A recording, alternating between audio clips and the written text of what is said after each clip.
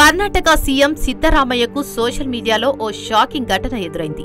Senior నటి సరోజాదేవి చనిపోయిన విషయం తెలిసిందే. అయితే ఆమె భౌతిక కాయానికి సీఎం సిద్ధరామయ్య నివాళులర్పించిన పోస్ట్ ఫేస్బుక్తో అప్లోడ్ చేశారు. దాన్ని మెటా తప్పుగా ట్రాన్స్లేట్ చేసింది. ఒక్క మాటలో చెప్పాలంటే కర్ణాటక ముఖ్యమంత్రి సిద్ధరామయ్యను మెటా సంస్థ చంపేసింది. ఇక విషయంలోకి వెళ్తే ఇటీవల ప్రముఖ నటి సరోజాదేవి కన్నుమూశారు.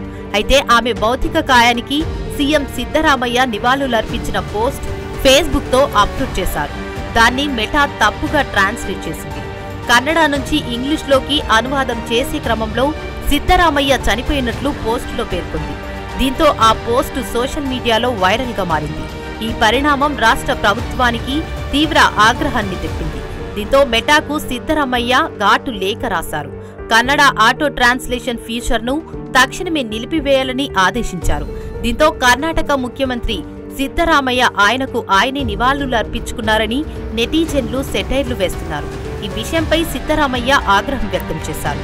భవిష్యత్లో ఇలాంటి పొరపాట్లు జరగకుండా చర్యలు తీసుకోవాలని, లేదంటే ఇది చాలా ప్రమాదకరమని మీడియా సలహాదారులు ప్రభాకర్ అధికారికంగా మెటాకు లేఖ రాశారు. ఇక ఈ ఘటనపై కర్ణాటక సీఎంకు జరిగిన పొరపాటుపై మెటా సంస్థ క్షమాపణ చెప్పింది. ఇలా జరిగినందుకు క్షమాపణలు కోరుతున్నట్లు పేర్కొంది.